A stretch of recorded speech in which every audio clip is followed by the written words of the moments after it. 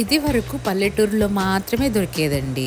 ఇప్పుడు బజార్‌లో దొరుకుతుంది. ఇంటింటికి వచ్చి కూడా అమ్ముతున్నారు. భోజనాల్లో కూడా పెడుతున్నారు. అదేనండి ఉలవచారు. ఇది చూసి నేను కూడా ట్రై చేద్దామని స్టార్ట్ చేసిందే ఈ వీడియో. ఇలాంటి వీడియోస్ చూడాలనుకుంటే మా ఛానల్ని ఫాలో చేయండి. Hi hello welcome to Sri Prapancham. ఈరోజు మీకు నేను చూపించే వీడియో ఉలవచారు రెసిపీ అండి. చాలా బాగా వచ్చింది. మీరు కూడా ట్రై చేయండి. మరి ఎలా చేయాలో చూసేద్దామా? ముందుగా ఒక కప్పు ఉలవల్ని ఒక నైట్ అంతా నానబెట్టేసి నెక్స్ట్ డే ఇలాగా ఉడకపెట్టేసుకొని ఫిల్టర్ చేసుకొని ఉంచుకోవాలండి. ఆ ఉలవల్ని మిక్సీ జార్లో వేసి పేస్ట్లా చేసుకోవాలి. ఇలా ఫిల్టర్ చేసినాక ఆ వాటర్ ఉన్నాయి కదండి, అవి పడేయకూడదు, యూజ్ అవుతాయి. ఇప్పుడు ఒక కళాయి పెట్టుకొని ఒక స్పూన్ మెంతులు, ఒక స్పూన్ జీలకర్ర మంచి సువాసన వచ్చే వరకు వేపాలి. ఇలా వేపినాక వాటిని పౌడర్ చేసుకొని పక్కన పెట్టుకుందాము. తర్వాత అదే కళాయిలో కొంచెం ఆయిల్ వేసి ఆయిల్ హీట్ అయినాక కొంచెం ఆవాలు, ఎండుమిర్చి, తరిగిన చిన్నులపై ముక్కలు వేసి బాగా వేపాలి.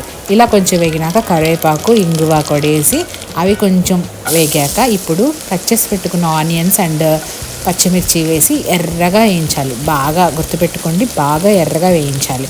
తర్వాత కొంచెం సాల్ట్ వేసి ఇలా వేగుతూ ఉండగా, సాల్ట్ వేస్తే తొందరగా వేగుతుందండి. ఇప్పుడు చింతపండు పులుసు దీంట్లో పోయాలి. ఇలా చింతపండు పులుసు వేసినాక ఇలా కలుపుతా ఆయిల్ కొంచెం తేలుతుందండి. ఆయిల్ తేలే వరకు ఉంచి ఇప్పుడు దీంట్లో ఒక స్పూన్ కారము,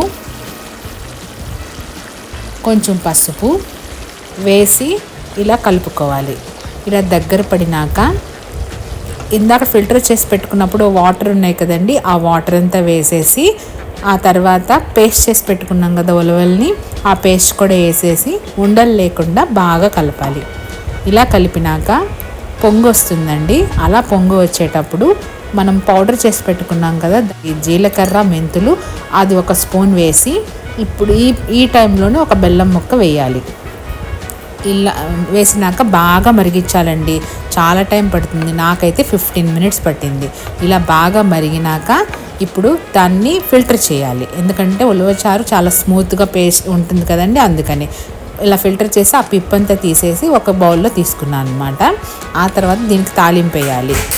ఇలా బౌల్లో తీసుకున్నాక తాలింపు కోసం ఒక కళాయి పెట్టి కొంచెం ఆయిల్ వేసి ఆయిల్ హీట్ అయినాక ఒక 2 ఎండుమిర్చి, కొంచెం ఆవాలు, కరివేపాకు వేసి బాగా వేగినాక దీనిలో వేసేయటమేనండి. తర్వాత క్రీమ్ని డెకరేషన్ కోసం ఇలా వేసాను, కానీ ఉలవచారు అండ్ క్రీమ్ చాలా బాగుంటుంది. అదేనండి రెసిపీ.